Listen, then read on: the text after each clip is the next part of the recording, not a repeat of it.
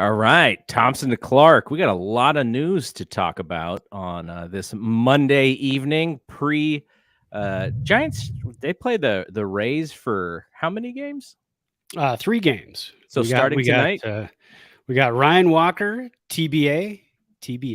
Yeah. So the TBA aspect of this makes us wonder about one Kyle Harrison, but the Giants made some other moves today, which we're going to talk about in a second.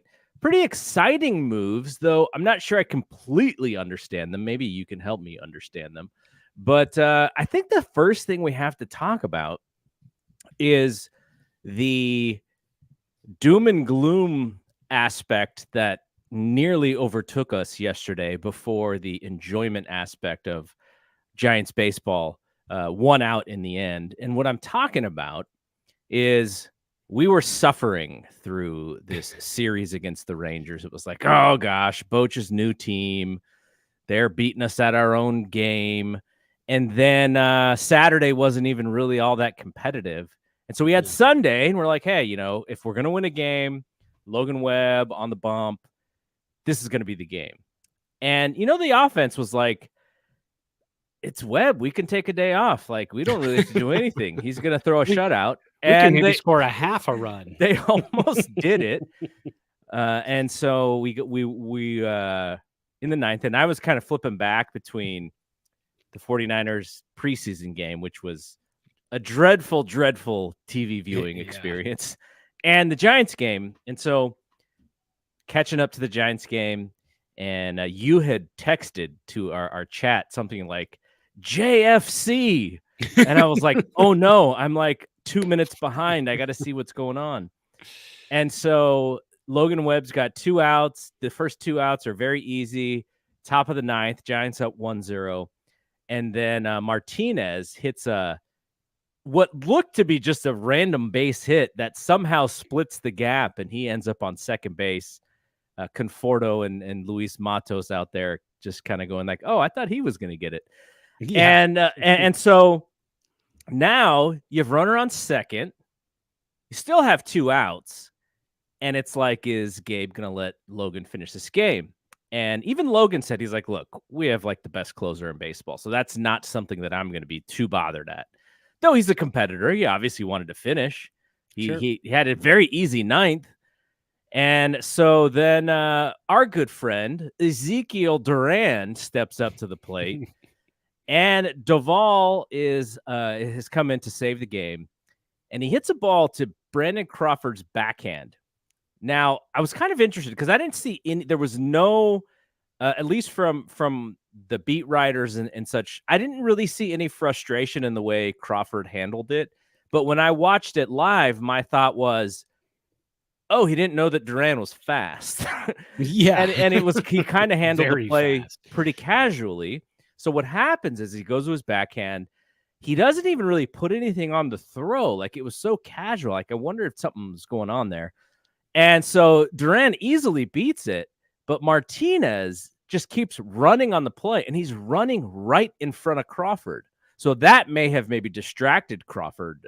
That could be what happened. And so as he throws to first and he doesn't get him out, Martinez just scores. He just comes all the way around, and we had no shot to get him. And that's how they tie the game. And then in the 10th, Duvall balks in a run. So this is where the gloom of this game comes. But what did you think of the Crawford plays? I was just I was like, man, this is easy. This is like routine for him. And it just didn't happen. Yeah, it was one of those situations where when he made the backhand, I go, oh, he's going to eat that throw. Obviously, Duran chugging down the line. You got a runner going to third. You've got 2 outs. They still had the lead at that point. Texas is going to play it safe. Martinez is going to hold up at third, maybe give the next hitter a chance. He didn't eat the throw. Martinez did not stop, and I thought, wow, man, if anything, he should have come up and just looked at third and then faked a throw to first, done something to kind of... That was one of my favorite plays is to fake and wheel back around. And especially, I mean, he's got the play. I mean, how many ground balls do you think Brandon Crawford has fielded in his career? Like, so many. So he knows every every little thing about that play and what needs to happen. And he had to know that he didn't really have a shot at Duran, which is why I was like so surprised that there was no urgency and why maybe he did get kind of, he got kind of faked out by the runner there because it was so casual. But yeah, you're right. If he would have faked a first, wheeled back towards third base, Martinez never stopped. So right, good opportunity that they could have just picked him off and won the game there.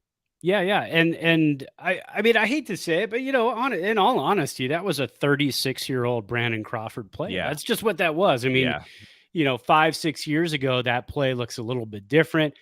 Maybe he makes it a much closer play at first base. I don't even think peak Brandon Crawford is making that out at first base either with Duran running. It's just one of those ones. I'm sure if you ask Brandon Crawford, he'd probably say, yeah, I would definitely love to have that throw back. I would have done something a little bit different. I mean, the fact that he kept it on the infield right there, I thought that was the victory. I thought that was, hey, all right, now we're going to get another shot at the next batter. Right. Let's keep it first and third and let's deal here. Yeah, because Doval, I mean, he's going to give you weak contact. He's going to give you strikeouts. He got you the weak contact. It was just in a spot that was really difficult. And then on top of it, making the throw to first base just gave JP Martinez tons of time to get home. Yeah, when I first saw I was reading Baggs' piece and I read that initially as JD Martinez. I was like, wait, oh, no. What? Like, no, there's no way that JD Martinez may have gotten thrown out at first base on that base hit into right field. JD Martinez would have been thrown out 3 times before he got to first base. So down 2-1, and this is where we were just like, oh gosh, this is where only scoring 1 run just really bites you in the rear end. Logan Webb is the Matt Cain of this season, definitely. Oh, yeah. Absolutely. And so the Giants have their runner on second, and you had texted saying like, I'll be, you'll be sort of surprised if they even get the guy to third the way that they're hitting. And as you expected, they did not, and it leaves it up to Patrick Bailey. And what do you think about that, right? You get this lead runner on second in extra innings, and your lead runner in extra innings is Wilmer Flores. It's like, yeah, why even have, just say, hey, we'll just play it with 0 guys on base. But thankfully he was there because Will Smith, who we know and love from his days on the Giants, he comes in. And I was reading some of the stats. I do think it was Baggs' piece where he was saying that Patrick Bailey knew that Will Smith is throwing predominantly sliders, but he's only throwing 41% of them in the strike zone. So he's getting a lot of swing and misses outside of the strike zone. So Patrick Bailey was saying that he was struggling against the slider, against picking it up. And so he was going to take slider no matter what, even with 2 strikes, and just count on the odds of a 41% strike and 59% ball. And then Will Smith gave him a gift. He's like, oh, here's a fastball, the only pitch that you are confident that you're going to be able to hit. And he hit it. And when he hit it, I thought immediately, I was like, oh, tie game. I was like, this is going to 2-hop the wall. And the thing just kept going and going and going. And it was like a laser beam home run. It didn't really get off the ground very high. And I was like, man, that was awesome. What a way to end this game.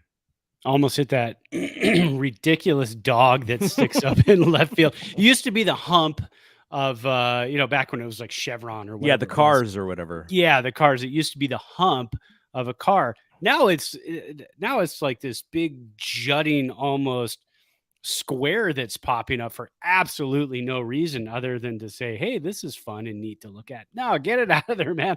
Make it a straight fence, because that almost cost the Giants. I mean, Wilmer Flores would have scored because there were 2 outs and he would have scored easily. But in a situation like that, if it would have bounced off that thing and Bailey would have been stranded at second, and then we go into the 11th inning, I would be writing a letter to Larry Baer to say, please, can I come up? I'll show up next weekend with a saw and I'll cut that thing off. But then what he'll say is he'll show you, he'll be like, look, we don't hit a lot of home runs there, so we're actually saving the other team from hitting home runs against us. There you go. But, usually when you see another player from another team hit a home run, It's pretty towering over that thing, so we don't have to worry too much about it. But what you were saying about, and I had read the same article too, talking about Bailey's at bat, and you're talking about 41% of the pitches that he throws with his slider and curveball are in the strike zone. That means you've got 59% that are out of the strike zone. Look for the fastball. The fastball could come up in this situation. What we're talking about is analytics, and I see a lot of Twitter going nuts today about get rid of the robot Gabe Kapler, get rid of the analytics. They're feeding these analytics to Patrick Bailey. They don't win that ball game yesterday without giving him those analytics. Yeah. And then you've got a smart baseball player on Patrick Bailey who looks at that information and says, okay, these are the different things I can do in this at bat to give myself an advantage. He gave himself an advantage, and he hit a game-winning home run. So analytics have their place, and I don't think Kapler is as robotic as everybody thinks he is. There is some feel.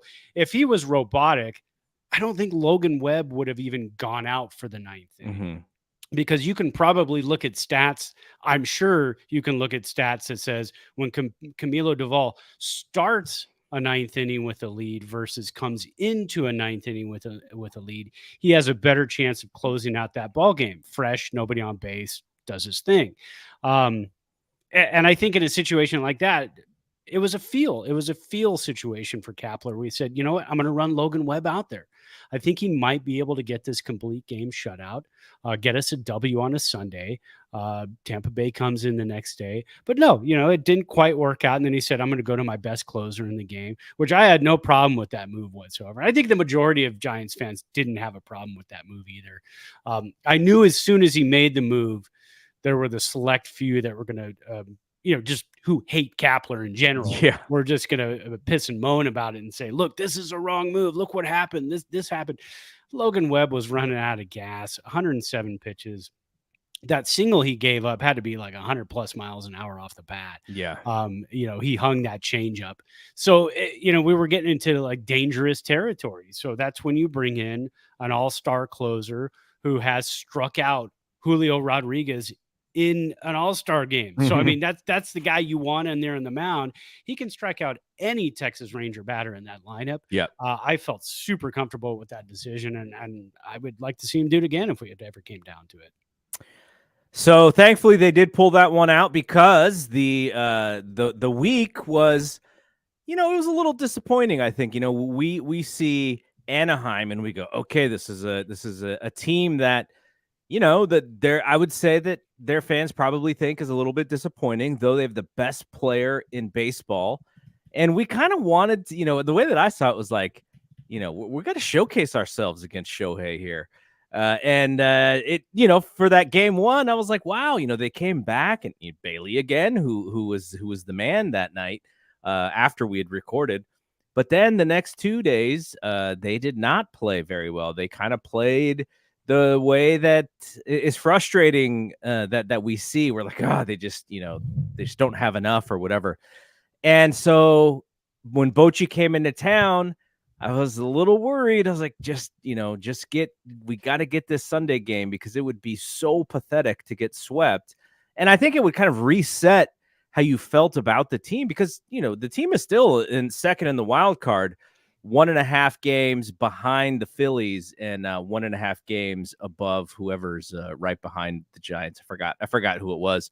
But at the same time, and we're going to get to some numbers offensively here in a second, they cannot continue to hit the way that they are hitting and expect to beat the upcoming teams like the Rays, the Braves, the Phillies, think about that series next week against the Phillies in Philadelphia. You got 3 in Philadelphia, and that could mean staying in the wild card race or kind of getting pushed out. So just some big series is coming up here that the bats cannot continue to be as silent as they are. It's just too much pressure on the pitching staff to keep these zeros on the board. So we'll sort of have to see how they answer this week. I'm hoping that there's a little bit of I don't know, motivation from watching Patty Bales go yard there to win the game. So. Yeah, because man, but okay, so let's get to the news. And we sort of figured today that there was going to be news because we had heard that the Giants were possibly going to mix and match here. I saw that Matos was probably going to be on his way out, and we were trying to figure out, okay, if Matos is on his way out, what does that mean? Who's coming back? And it was a player who I didn't like. I kind of thought maybe there was a small chance Wade Meckler, who was drafted last year and has gone through Eugene, Richmond, and was in Sacramento all in this calendar year. So he has jumped 4 spots to the big league club as a small-ish outfielder, and he's hitting number 2 hole tonight in center field.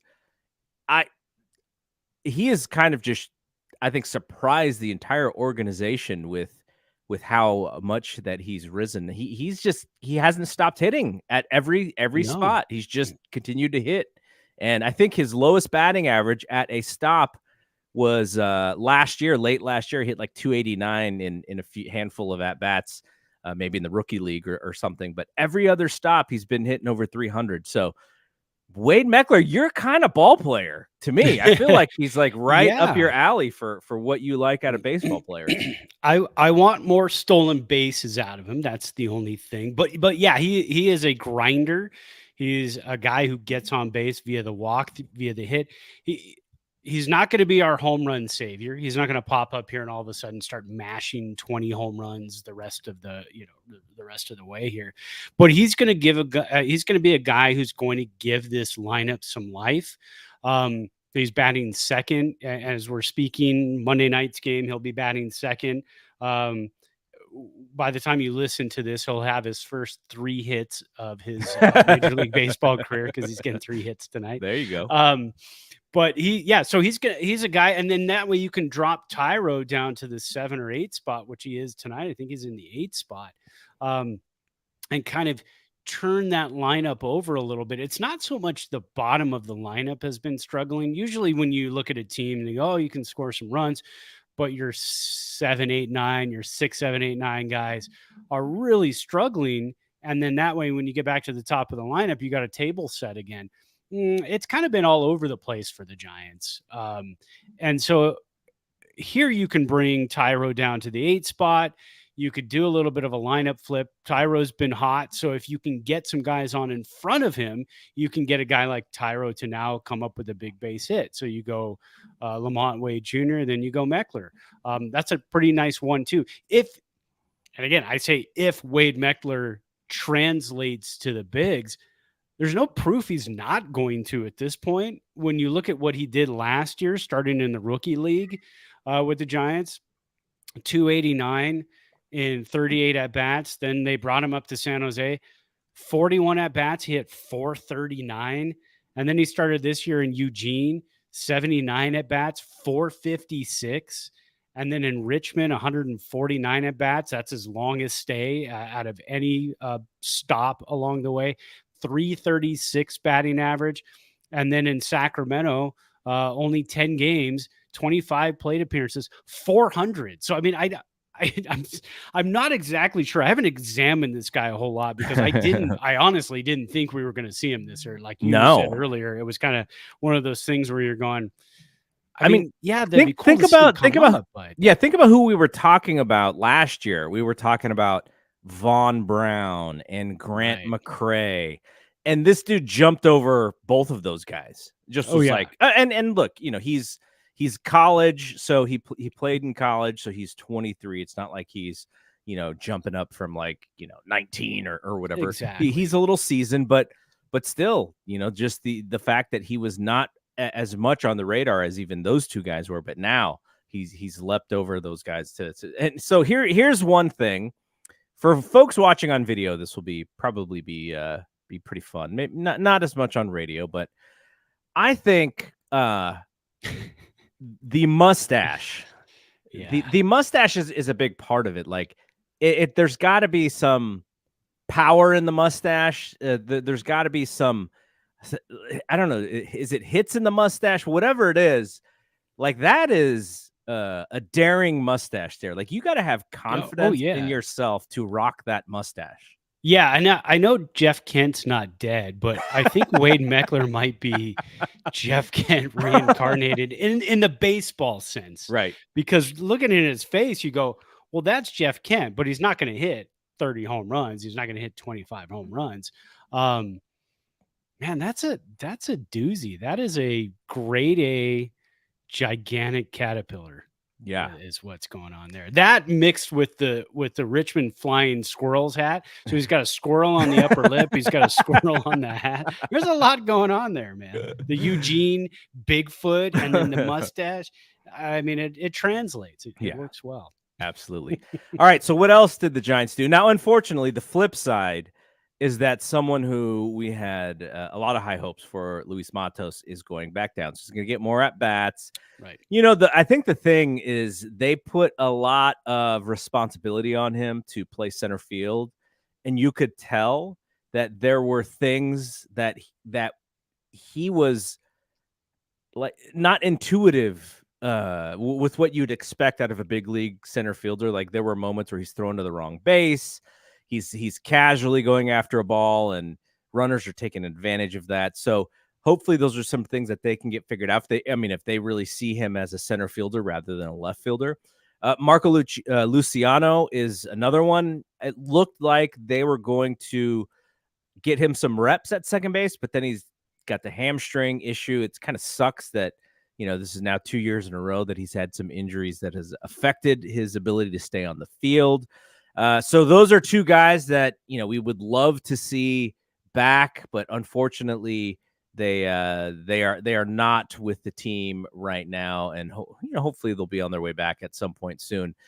So what else happened? Well, this is, I talked about the predictability of this roster and how the one thing that I wanted them to sort of try and figure out is to get players who maybe weren't going to get injured. And immediately AJ Pollock goes on the 10-day left oblique strain. Now, maybe, no one, I don't want to see any of these guys get hurt, but maybe not the worst thing, because it allowed the Giants to bring up Elio Ramos, who hit his first big league homer.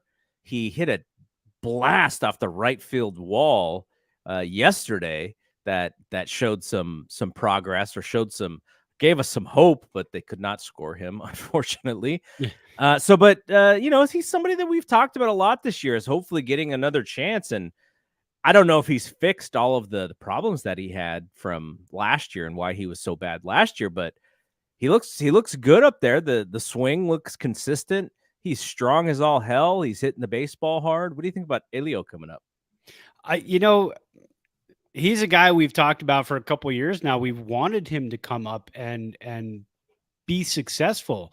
Last year when he got that early taste and he got a couple of hits in his first game. I mean, they weren't rockets. They were bleeders through the infield. One was an infield hit. I think his first big league hit was an infield hit.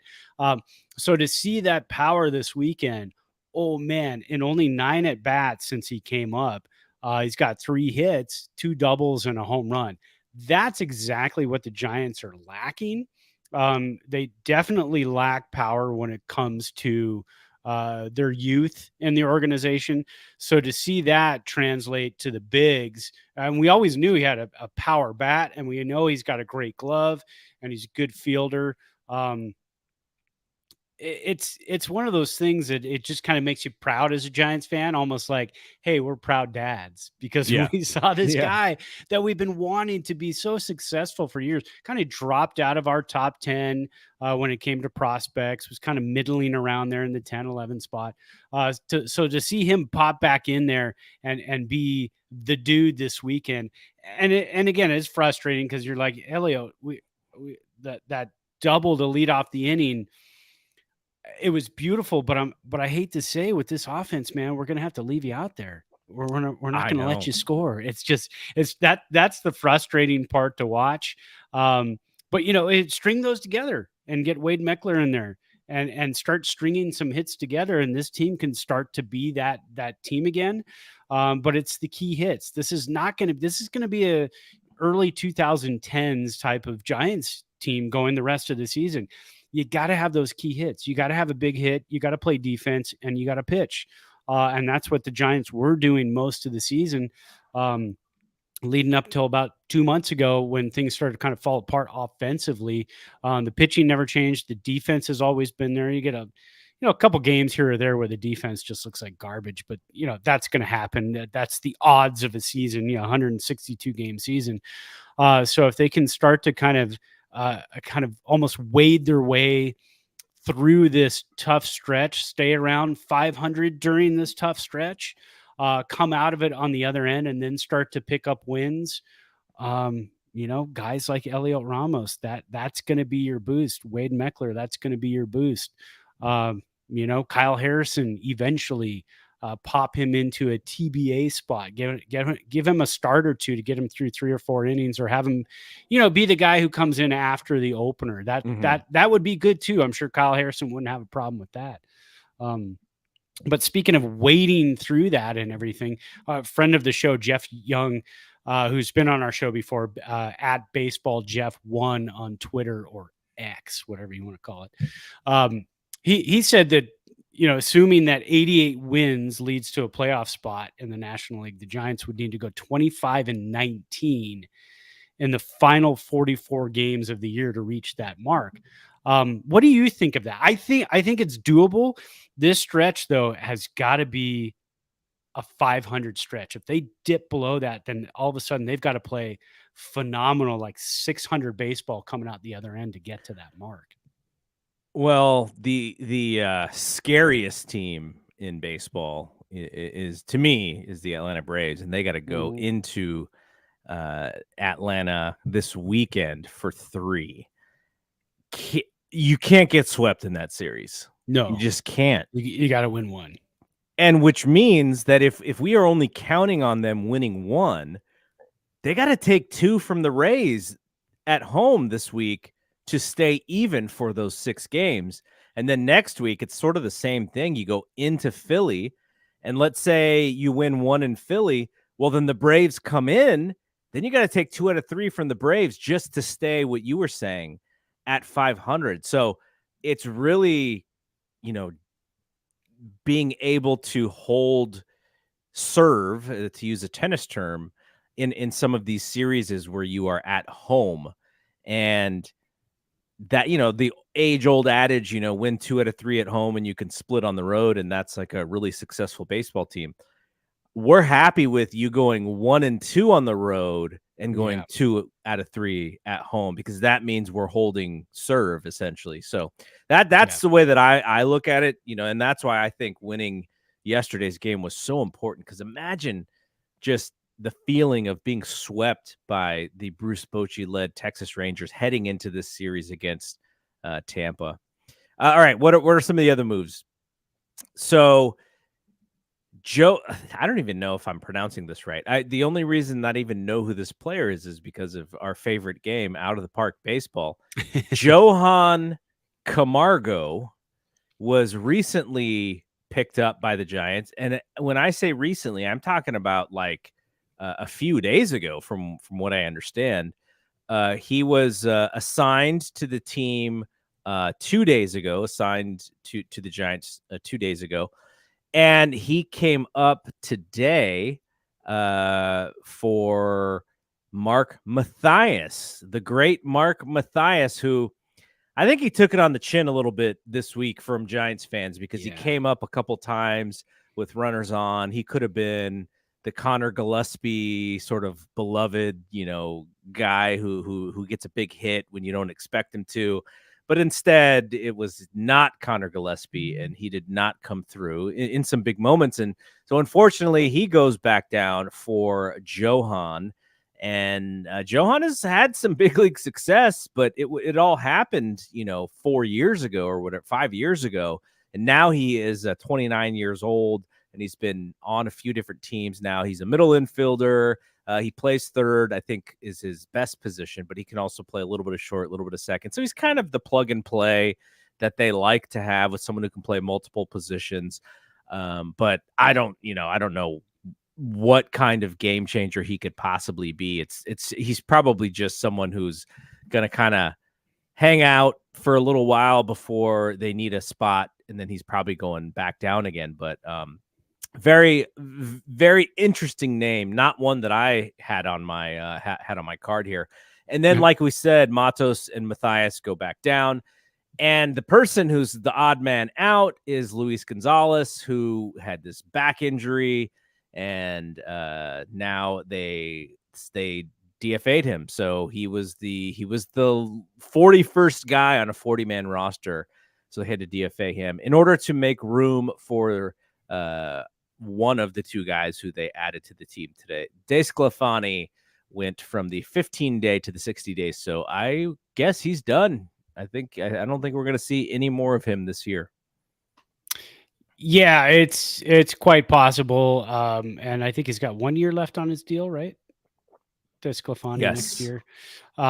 Looking at Luis Gonzalez's numbers, he came back from off-season surgery.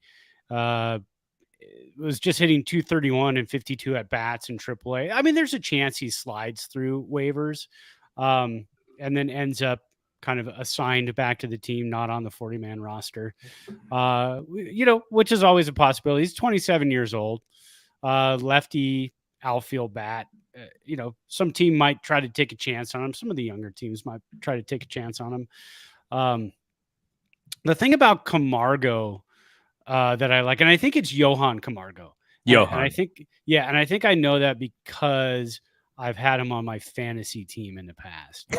There you go. I am very much when it comes to fantasy baseball, not as much as our friend Harveen, but I am a Farhan Zaidi protege when it comes to making moves in fantasy baseball. And so I definitely, I had him on my team.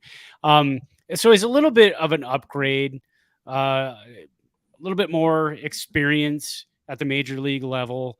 And again, the really nice thing about Camargo is that he's a switch hitter. So you can kind of pop him anywhere in the lineup. You can keep him in a position. You don't have to do as much platooning and switching around. Again, he's got to hit. If he's not hitting, then it doesn't really matter. And he did hit 18 bombs or something like that in a season 1 year with the Braves. It's been a while.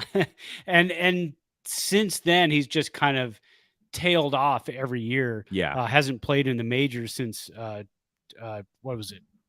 Early 2022, I think it was. I just had his stats pull up. Yeah, 2022 with Philadelphia.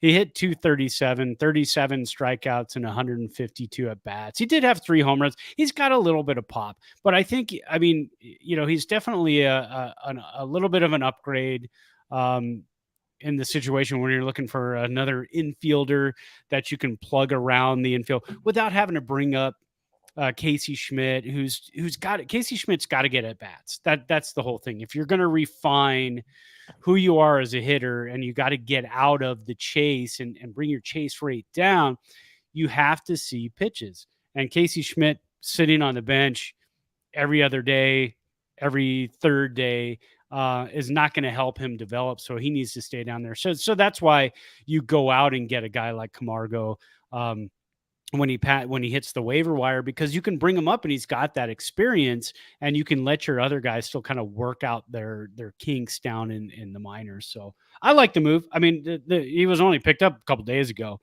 but it's a very, very Farhan move. And like you said too, I think we're going to see him for probably maybe a week, maybe even less, and then he'll either get sent back down to AAA or DFA to make room for somebody else. So again, very, very. Yeah. I wonder. I don't know what his options are even. Yeah. I'm not quite sure. And speaking of options, I forgot about Blake Sable and the fact that once this season is over and Then Rule he'll have 5 is options. over, Yeah.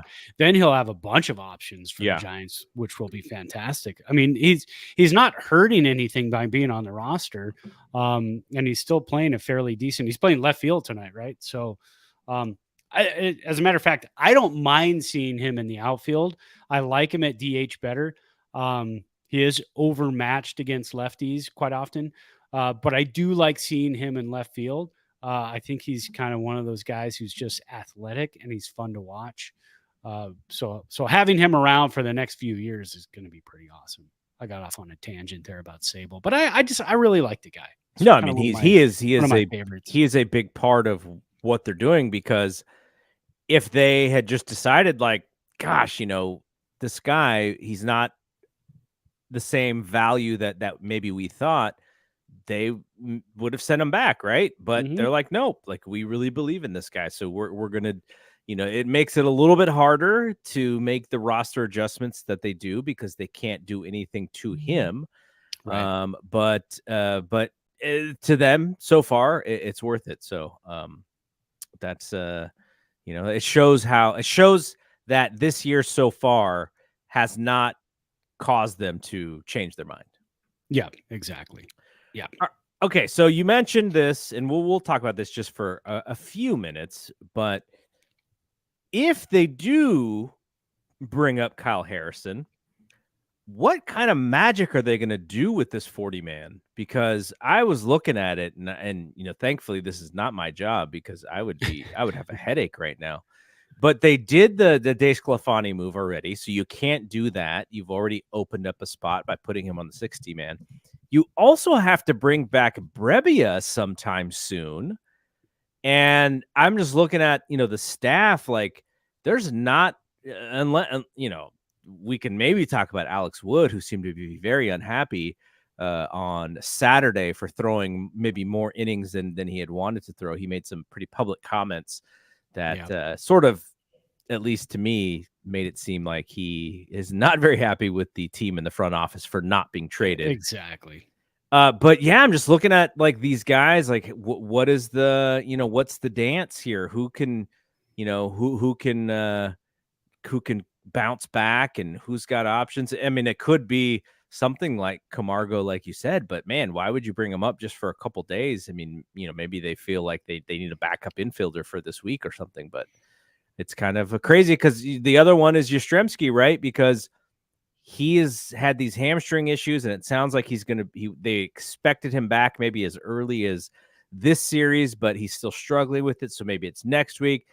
Pollock, what do you do with Pollock? Yeah. He's barely played, and he's already on the injured list, and Haniger is supposed to come back at some point. So you have all of these guys who, I don't know if saying you can't rely on them is fair, but it just goes back to my comment last week about just the predictability in the injury. You have guys that just get injured, and that's just something that you have to deal with at some point, in the next year or two. I hope that there's less of those guys that they have to bring in, but right now that's the roster they have. So yeah, bringing in Harrison, I'm all for it, especially because they have these 2 TBAs for these next 2 games, which either means opener or somebody that they're not sure of yet.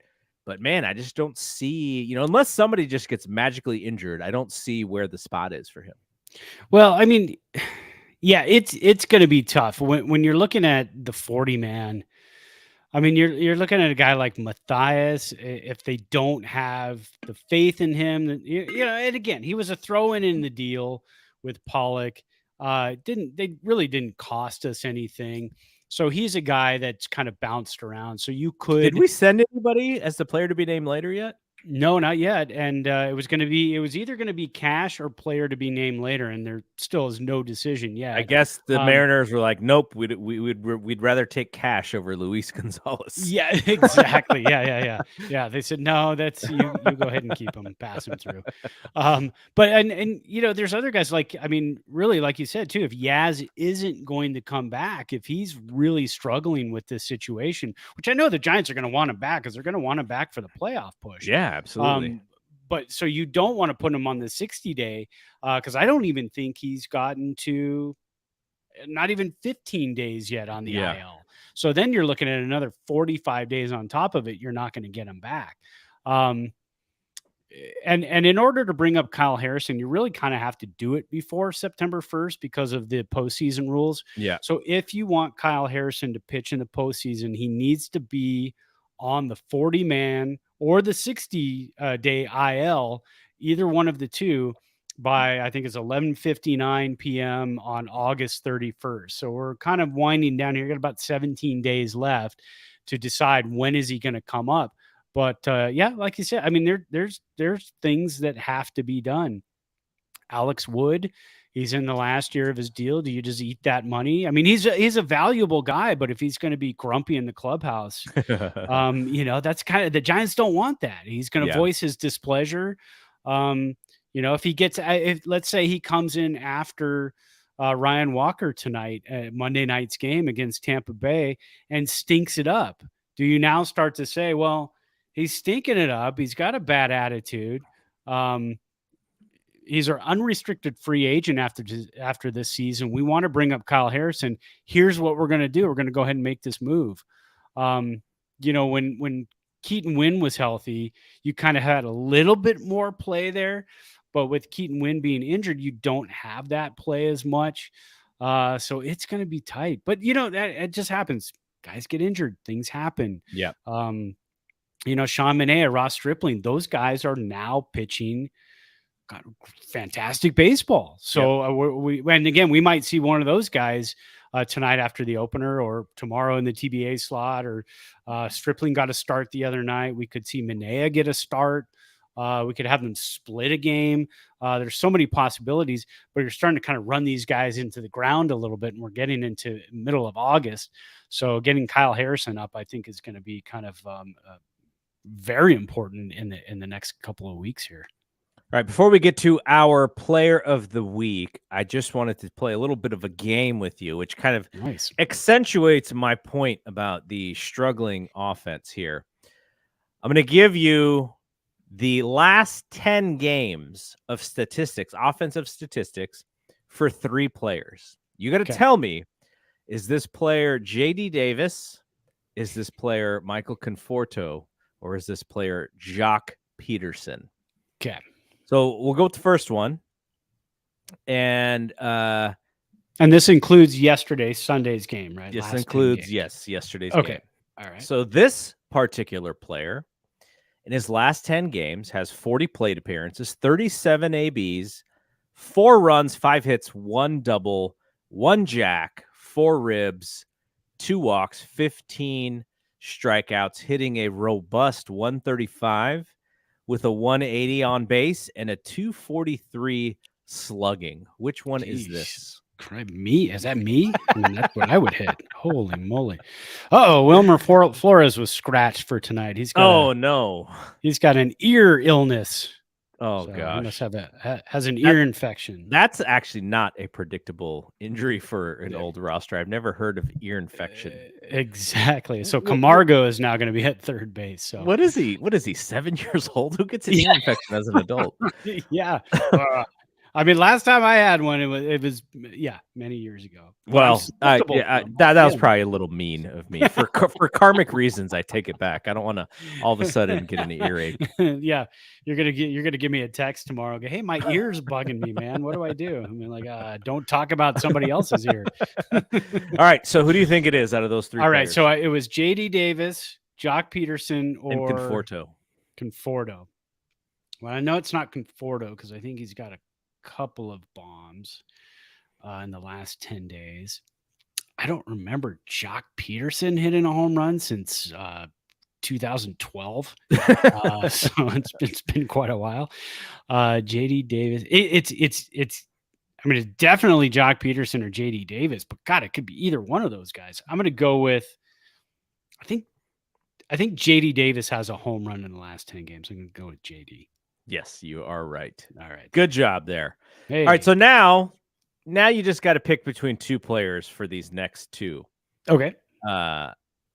I think you have this game figured out, and I shouldn't have mentioned the home runs, but yeah, that was the giveaway for me. it just Yeah. it just shows how pathetic it's been. So okay, so It's bad. I'll give you the next two players. This guy has 36 plate appearances, 30 ABs, 5 runs scored, 7 hits, a double, 2 jacks, 2 ribs, 6 walks, 6 strikeouts, hitting .233 with a .361 on base and a .467 slugging. So not the worst 10 games Sure. not as bad as JD was. And I'll give you the second player here. He's got 32 plate appearances, 29 ABs, 2 runs, 5 hits, 2 RBI, 2 walks, 6 strikeouts, so no extra base hits. Hitting a robust 172, 219 on base, 172 slugging. Wow. I mean, that's obviously Jock. Yes. His at bats against did he face Will Smith yesterday? He did, right? That was struck like not even close. That was one of the worst at bats I've seen in a very, very long time. I was cleaning records and I kept looking up at the next pitch and I go, well, maybe it's going to get better. No. So since June, Conforto is 235, 4 jacks, 26 ribs. And for Jock, since June, and I'm just using Baseball Reference. Yeah. Jock since June, 230 batting average, 6 home runs. So he has actually hit some more home runs than Conforto, just not as many lately. But 39 strikeouts in 165 AB. So neither guy, putting a lot of wood on the baseball. And JD, his numbers are even worse if we go back to the right after the All-Star break. So these are the guys that we are depending to hit in the middle of the order. Jock is not going to face all the lefties, even though he says he wants to face more lefties. JD Davis had a strong-ish first half of the season, and Conforto is a guy who the Giants may be on the hook for next year if he does not opt out, because his deal was supposed to be very player friendly in that if he had a halfway decent season, he was probably going to opt out and go for a bigger contract. But that may not happen based on what is going on. So depends on the market, though. Depends on the outfield market. And that just shows you, we're talking about the middle of the order, and those guys have not been producing all the way since since a couple months ago. So yeah, that is the frustration with this team, and hope that those 3 guys are going to have to be part of the turning this thing around. And that, I mean, that's kind of where it comes from. And, I've seen a lot of doom and gloom today, and I mean, I'm guilty of it yesterday. I was not in a good mood this weekend with this team, man. Just watching them flail and struggle night after night after night after night. That Anaheim series was so rough.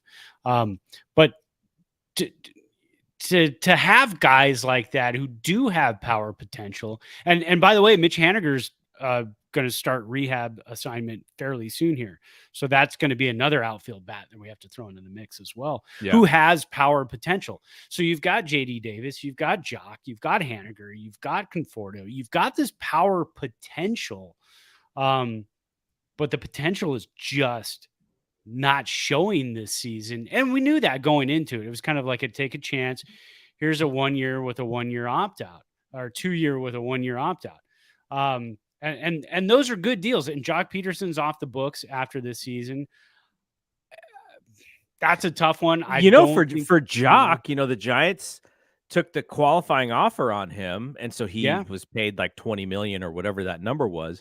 I think it was 8. Yeah, I think it was about 20, 18 or 20. And he may go back to the market next year as like a $6 to $8 million player again. Like, that's got to be frustrating for him. Nobody wants to, to have this frustrating of a season. Out of those 3 guys, though, if you were to lay a bet on who starts producing first or maybe more, who would that be? The rest of the season, I'll bet you the better offensive WAR numbers would come from JD Davis. Oh, interesting. I watched him I swing yeah. yesterday, and there's like a stiffness in his swing that made me wonder if he's still just not 100% healthy. Do you know Probably not. JD Davis has 125 strikeouts in 371 at bats. That is rough. He's just not putting the bat on the ball. Can I change my answer? Well, okay, so my answer was going to be Conforto. Right. But out of all of those guys, you know who has the best on base percentage is Jock Peterson. Jock Peterson is a selective hitter. I mean, as much as we think of him as like Hackman, you know, Yeah. he's a hacker. He's going to go up there and take his hacks, like especially when you see him against left-handed pitchers. That's why the Giants platoon. That's why you have players like Jock Peterson that you platoon with, because you don't want to watch that. You don't want to see him come up in a key situation with a runner at third, less than 2 outs, got to put the ball in play and get that guy home. But he's up against a left-hander. Let's see what he can do. No, we don't really do that with this team. And that's a nice thing about Jock Peterson, though. When he faces right-handed pitchers, he is selective. He looks for that pitch, and then he hits it hard. He puts it into play. Just things are not falling in right now. So I'm going to change my answer. Jock Peterson. All right. I'm going to lean Conforto, but Jock definitely has the better on base. He's got the better slugging overall. Only Wilmer, who, Wilmer's been a bit of a surprise, I think, for some of us because he's been playing so well. But only Wilmer and Lamont Wade Jr. have a better overall on base than Jock on this team. So the Giants in general don't have great on base percentage. Like you would think, somebody like Tyro, who started out so great. Tyro's only got a 324 on base. Poor Brandon Crawford's got a 271 on base. And what other team in the major leagues is 8 games over 500? And you're going, well, we wouldn't be here if it weren't for Wilmer Flores, I know, Lamont Wade Jr., and Tyro Estrada. You'd go, who? These were castaways, but exactly. All right, let's hit the player of the week. Yeah, so we had a kind of a fun one here. Let me get back over to it. I always keep losing it. There it is. All right. Hey, we ended up with a tie. Oh, wow. Look at that. There was a little last ditch push here, and we ended up with a tie. So coming in last, didn't even get a single vote, but had a fun week. And that was Elliot Ramos. We talked a lot about him earlier. Came back up again. This is what I'd say his 4th stint with the team in 2 years, and kind of finally looks like things are starting to fall into place for him. Had a week of 274 weighted run creation plus, 375 batting average, his first major league home run and an RBI. And so he made the list. There were some other guys that could put it on the list, but Elliot Ramos, I felt deserved it from everything he's been through the last couple of years.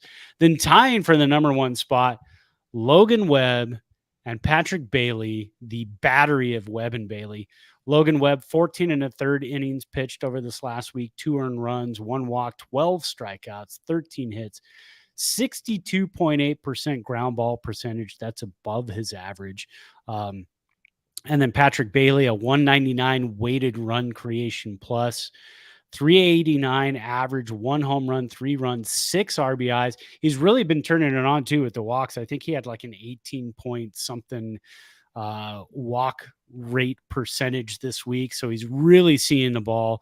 And we saw from the interview where he talked about, I'm going to lay off this pitch because it's something I'm not great with.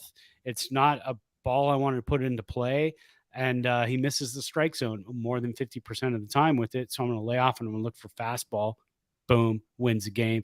I mean, that's veteran stuff right there, which is pretty awesome to watch. So congratulations to those guys, our players of the week. Yeah, I kind of waffled. Usually when we do it, I'm like, okay, I have a pretty good one. Like, I think this person is the right one. This one was hard. I went Webb just because I thought yesterday was such an important game, and he was like, "Hey, get on my back. Like, we're struggling, get on my back." Yeah. So that's why I picked him, but Bailey was so clutch for us as well. So Oh yeah, and I mean he's had a fantastic week. I have him on my fantasy team. It's one of those players. It's like, well, I can trade him out for another catcher, but they won't be nearly as fun to watch. yeah, for me. exactly. So I'm sticking with Bailey as my guy. I voted for Webb because of the 14 innings pitched this week. The sparkling at like a 1.89 ERA, only gave up a couple of runs in those 14 innings, and like you said, just kind of went, just as hard as he could yesterday. Almost got a complete game shutout. Ended up getting the W. That's all that matters. I think, what are we now? 13-12 in Webb's In his starts, yeah. So all right, let's end the show with what we are drinking. We already talked about what the upcoming schedule is and how hard it's going to be. And, if you think that this team is going to make that wild card push, this is where they're going to make their money these next couple of weeks because of how hard the schedule is. And if you are a naysayer, you're kind of watching this week as well to see how they do against some of these better teams. So, but yeah, let's end it with what we're drinking. I saw what you had, your glass there. Why don't you start? So this is another birthday present. I had 2 birthday presents. I had one a couple of weeks ago, and this is birthday present number 2. There you go. 4 Roses Small Batch Select. It's a blend of 4 Roses 6 and 7 year bourbon. 52%, 104 proof, and it is delectable. I put 1 ice cube in it today. So hot here in Reno. It melted that sucker within like, I don't know, 2 minutes. I walked in here. I put it in there, and I walked in here and I sat down, got connected, looked down, and the ice cube was like minuscule at that point. So yeah, I had the same thought as you, which is whatever I'm going to drink, it's going to melt. And also I had the thought that if I get bourbon or I get scotch or I get tequila, it is the point of it is so warm out here and I'm thirsty. I'm just going to drink it way too fast. And this show may have been actually more entertaining, but I may not have been in quite as much control. So instead, I grabbed my favorite kind of refreshing drink that whenever I see it at the Safeway, I always get it. The Finnish long drink. It is a gin-based.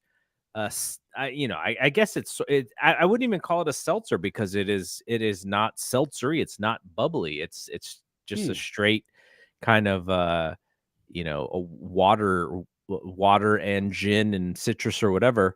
But it tastes like a soft drink, essentially. There's no sugar in it. You can buy both versions, the diet version and the non-diet version. Oh, nice. But when I first had this, I was like, oh, I can really taste the gin. Like gin has a specific taste that you can taste. But then since I bought it a few different times now, it's just delicious and refreshing, and it's like the perfect barbecue drink. Sometimes if you're not a beer drinker, back in the day, it was like the wine coolers. People would bust out the wine coolers, the Reuniti and all this stuff. But Bartles and James. Yeah, Reuniti, I think that might have been the boxed wine. But anyways, this is like the perfect barbecue drink. Like if you're out there grilling, you would grab one of these and just kind of sit with it, and it's refreshing. But the thing that I did was I got my Yeti, my little I don't consider this like a coffee mug because there's no handle on it. And so it's a tumbler. It's very much tumbler. Yeah, it's a tumbler. And so I sort of look at it as it's a way to keep my my cocktails cold. So threw an ice cube in there or a big sphere, and it's kept the drink cold the entire time. So it's been great. And so the only thing about the long drink is it's not always there. Like I can't always find it. So I gotta grab it when I see it. So. So if you drink, if let's say you're out barbecuing or whatever, you could pour that into a glass with some ice, right? It's not going to water it down too much. Mm-hmm. Nice. Yeah. I'm gonna have to try that because I always thought that they were really sugary. Anytime somebody said, "Hey, have you tried the finished long drink?" I was like, I don't really like those things because they're so packed with sugar, and I don't really do that. But It tastes now. You may, because you're used to the Zevia, which is a slightly different sweetener taste. yeah, This is I'm guessing that the sweetener would be more like what they would put in like a Coke Zero, that artificial oh, okay, sweetener. That's my right. guess. I don't know for sure because for whatever reason on these alcoholic drinks, they don't have to put any ingredients for whatever reason. Yeah, with the FDA, when it comes to alcohol, you can put it if you want. You don't have to. And there was a push to have them do that. I would love it But if they did. Tell me what's in well, this thing. the big boys, Budweiser, Coors, and all those guys fought back because they use food coloring in some of their beers to kind of give it that yellowish Yeah. look. And then they do some other things that corn syrup to do Right, right. to finish off the fermentation in the bottles and all that. So I think they kind of fought back and said, no, we don't want to tell people what we have in our beers.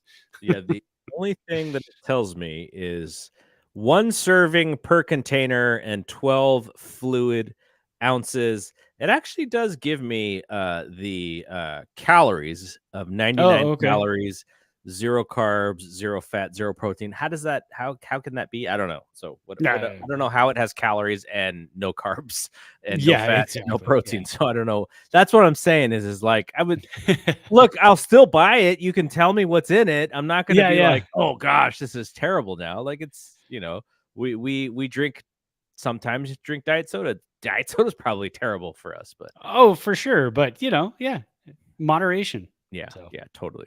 All right, so we'll be back next week, hopefully, with 3 hits for Mustache Meckler, oh, and can't hopefully, wait. at least a 500 record when we come back on next Monday. So, Yes. all right, for Brad, I am Double G. We will see you when we see you. Peace out.